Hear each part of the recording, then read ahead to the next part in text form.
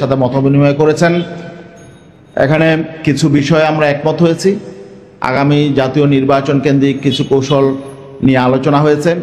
একটি বিষয়ে একটু ক্লিয়ার করা দরকার, কারণ অনেকেরই প্রশ্ন থাকতে পারে যে ইসলামী ঐক্যজোট বিগত 24-এর নির্বাচনে আওয়ামী লীগের অধীনে যে নির্বাচন হয়েছিল, নির্বাচনে ইসলামী ঐক্যজোটের নামে একটি অংশ নির্বাচনে অংশ নিয়েছিল, যাদেরকে আসলে ফেসিবাদের সহযোগী হিসাবে সবাই জানি। তো এই বিষয়টা ক্লিয়ার হওয়া দরকার যে আজকে আমরা ইসলামী ঐক্যজোটের সঙ্গে তাহলে কেন বসলাম। আজ যারা ইসলামী ঐক্যজোটকে ব্যবহার করে বিগত দিনে আওয়ামী লীগের সহযোগী ভূমিকা পালন করেছিল এবং 24-এর জাতীয় নির্বাচনে অংশ নিয়েছিল, ইসলামী ঐক্যজোটের যারা ফেসিবাদ বিরোধী অংশ, তারা পরবর্তীতে 5ই আগস্টের পরে কাউন্সিল করে তাদেরকে দল থেকে বাদ দিয়েছে এবং তারা নতুন করে ইসলামী ঐক্যজোট পুনর্গঠন করেছে। এবং সেই ঐক্যজোটের যিনি চেয়ারম্যান ছিলেন এবং মহাসচিব ছিলেন, দুইজনকেই তারা সেই কমিটি থেকে বাদ দিয়ে মজলিসে শুরা তাদের নতুন কমিটি করেছে। এবং সেই কমিটিতে যারা এসেছেন, আপনারা জানেন যে ইসলামী ঐক্যজোটের বর্তমান চেয়ারম্যান তিনিও মাওলানা আব্দুল কাদের, তিনিও এই ফেসিবাদ বিরোধী আন্দোলনে ভূমিকা রেখেছিলেন এবং তিনি নির্যাতিত হয়েছেন, তিনি কারারুদ্ধ হয়েছিলেন। এবং বর্তমান যে ইসলামী ঐক্যজোটের মহাসচিব মুফতি সাখাওয়াত হোসেন রাজি, তিনি দীর্ঘদিন এই ফেসিবাদী এই শক্তির দ্বারা নিপীড়িত নির্যাতিত হয়েছিলেন এবং তিনি কারারুদ্ধ ছিলেন। তারা দুইজনই নির্যাতিত, দুইজনই আজকে ঐক্যজোটের নেতৃত্ব দিচ্ছে এবং তাদের সঙ্গে যারা আছেন সকলেই ফেসিবাদ বিরোধী আন্দোলনে বিভিন্নভাবে ভূমিকা পালন করেছে। এবং যারা ফেসিবাদের সহযোগী ছিল তাদেরকে তারা দল থেকে বাদ দিয়েছেন এবং তাদের এখানে দলে এখন কোনো অবস্থান নেই। এই জন্য আমরা মনে করেছি, যেহেতু তারা ফেসিবাদ বিরোধী ভূমিকায় অবতীর্ণ হয়েছিল, বিভিন্নভাবে ভূমিকা পালন করেছে, অতএব তাদেরকে আগামী দিনে আমরা একসঙ্গে নিয়ে চলতে পারি। এজন্যই তাদের সাথে আজকে আমাদের বৈঠক হয়েছে এবং এই বৈঠকে কিছু মৌলিক সিদ্ধান্ত হয়েছে। এখন আজকের এই বৈঠকের সভাপতি ইসলামী আন্দোলন বাংলাদেশের মোহতারাম আমির হযরত পীর সাহেব হুজুর চরমনাই এই বৈঠকের যে সিদ্ধান্ত হয়েছে এই ঘোষণাপত্র পড়বেন। তারপরে ইসলামী ঐক্যজোটের পক্ষে ইসলামী ঐক্যজোটের মহাসচিব মুফতি সাখাওয়াত হোসেন রাজি তিনি কথা বলবেন। জি, এখন কথা বলছেন এবং এই যৌথ এবং এই মতবিনিময় সভার যৌথ ঘোষণা করছেন ইসলামী আন্দোলন বাংলাদেশের মোহতারাম আমির হযরত পীর সাহেব হুজুর চরমনাই। আলহামদুলিল্লাহ, আপনাদের সকলকে ধন্যবাদ। বাংলাদেশ স্বাধীন হয় 53 বছর পরেও আমরা যে চিন্তা চেতনা আকাঙ্ক্ষা আমাদের ছিল, আসলে সেটা আমরা বাস্তবে যাদের মাধ্যমে দেশ পরিচালিত হয়েছিল আমরা পাই নাই। সাম্য, মানবিক মর্যাদা, ন্যায় বিচার প্রতিষ্ঠা একটাও আমরা তাদের মাধ্যমে পাই নাই। আলহামদুলিল্লাহ, জুলাই এবং 5ই আগস্টের অভ্যুত্থানের পরে আমাদের এখন সুন্দর দেশ গড়া, ইসলাম এবং মানবতার পক্ষে সুন্দর একটা পরিবেশ তৈরি করা ক্ষেত্র তৈরি হয়েছে। ইসলামী আন্দোলন বাংলাদেশ প্রতিষ্ঠা থেকে শুরু করে আমরা এই কাজটাই ধারাবাহিকভাবে করার চেষ্টা করেছি। তার ধারাবাহিকতায় আলহামদুলিল্লাহ 5ই আগস্টের পরেও আমাদের কার্যক্রমগুলো ওইভাবেই চলমান রয়েছে।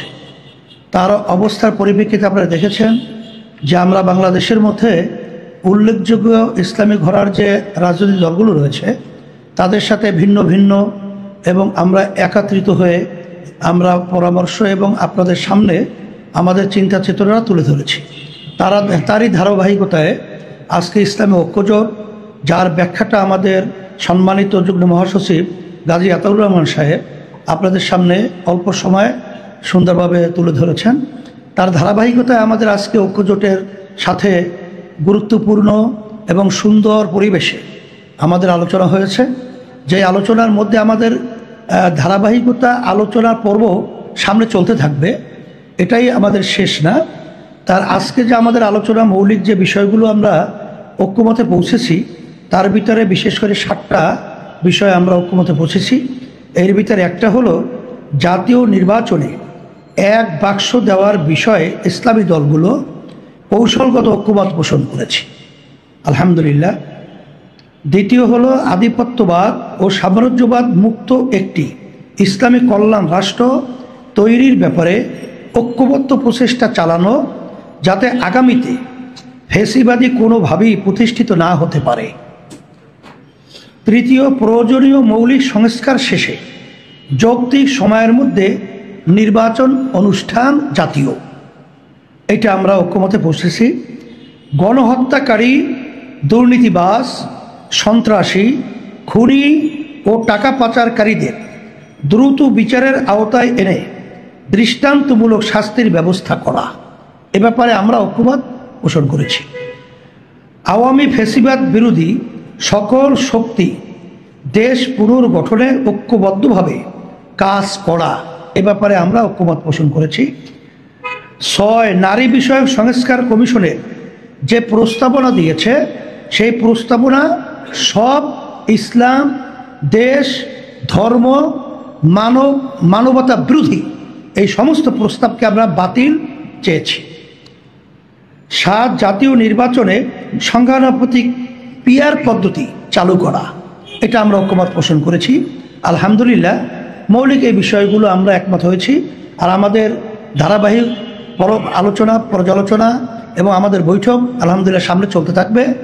আর আপনাদের সহযোগিতা চাইতেছি যে আমরা যেন সুন্দর দেশ গড়তে পারি, আমাদের সেই চিন্তা চেতনায় আপনারা সহায়ক থাকবেন, আশাবাদ ব্যক্ত করছি।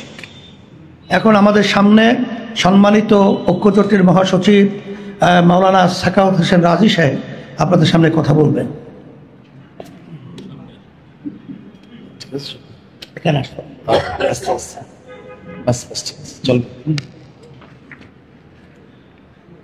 সম্মানিত সাংবাদিক বন্ধুগণ, ইসলামী আন্দোলন বাংলাদেশের সঙ্গে আজকে ইসলামী ঐক্যজোটের হৃদ্যতাপূর্ণ পরিবেশে খুব সুন্দর একটি বৈঠক অনুষ্ঠিত হয়েছে। বৈঠকে আলোচিত বিষয়গুলো নিয়ে ইতিমধ্যে ইসলামী আন্দোলনের সংগ্রামী আমির আপনাদের ব্রিফিং করেছেন। ইসলামী ঐক্যজোট একটা সংগ্রামী রাজনৈতিক সংগঠন, তবে ফ্যাসিবাদের শেষ দিকে একটা দুঃস্বপ্নের মধ্য দিয়ে কিছুটা সময় তাকে পার করতে হয়েছে।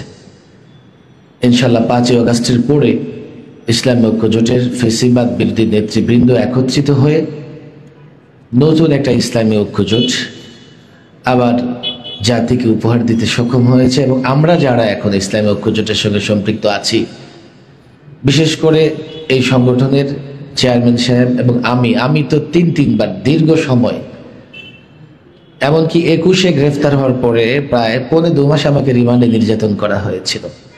এই সংগঠনের ভাইস চেয়ারম্যান মাওলানা জুবায়ের আহমদ সাহেব, ইনিও লম্বা সময় কারারুদ্ধ ছিলেন, কারাবন্দী ছিলেন। ইসলামী ঐক্যজোটের নানা নেতাকর্মী নানা সময় জুলুম এবং নির্যাতন সহ্য করেছে। বিশেষ করে ইসলামী ঐক্যজোটের দীর্ঘ সময় যিনি নেতৃত্ব দিয়েছেন আল্লামা মুফতি ফজল আমিন রহিমাহুল্লাহ, যিনি এই আওয়ামী ফ্যাসিবাদের জুলুম নির্যাতন সহ্য করতে করতে গৃহবন্দী অবস্থায় দুনিয়া থেকে পরকালে চলে গেছেন। ইসলামী ঐক্যজোটের একটা ইতিহাস আছে, ঐতিহ্য আছে। আমরা সেই ইতিহাস, ঐতিহ্য, ইসলামী ঐক্যজোটের প্রতি মানুষের ভালোবাসা আছে, আগ্রহ আছে। আমরা সেই ইতিহাস, ঐতিহ্য, ভালোবাসা ধরে রেখেই কাজ করব। আজকে মৌলিক কয়েকটা বিষয় নিয়ে আমরা ঐক্যমত পোষণ করছি। ইনশাআল্লাহ ইসলামী আন্দোলনের সঙ্গে এই পথ চলা এটা সূচনা মাত্র। এই সম্পর্ক বহুদূর থেকে বহুদূর এগিয়ে যাবে, আমরা একসঙ্গে কাজ করব। এই ধারাবাহিকতায় সংগ্রামী আমির ইসলামী আন্দোলনের যে চেষ্টা করছেন ইসলামী দলগুলোকে নিয়ে ইসলামী শক্তির জাগরণ ঘটানো এবং আগামী নির্বাচনে যাতে ইসলামী শক্তিগুলো একটা বড় ধরনের সফলতা অর্জন করতে পারে, সেই চেষ্টা যিনি করছেন, আমরা আজকে প্রতিজ্ঞাবদ্ধ হয়েছে আমরা সেই চেষ্টার সহযোগী হব, নিঃসন্দেহে সহযোগী হব। আপনাদের সহযোগিতা চাই, আপনাদের দোয়া চাই। আপনাদের আবারও ধন্যবাদ জানিয়ে আমার বক্তব্য শেষ করছি। ওমা তৌফিক ইল্লা বিল্লাহ। আলহামদুলিল্লাহি রাব্বিল আলামিন, আসসালাতু ওয়াসসালামু আলা সাইয়্যিদিল আমবিয়া'i ওয়াল মুরসালিন। রব্বানা আতিনা ফিদ দুনিয়া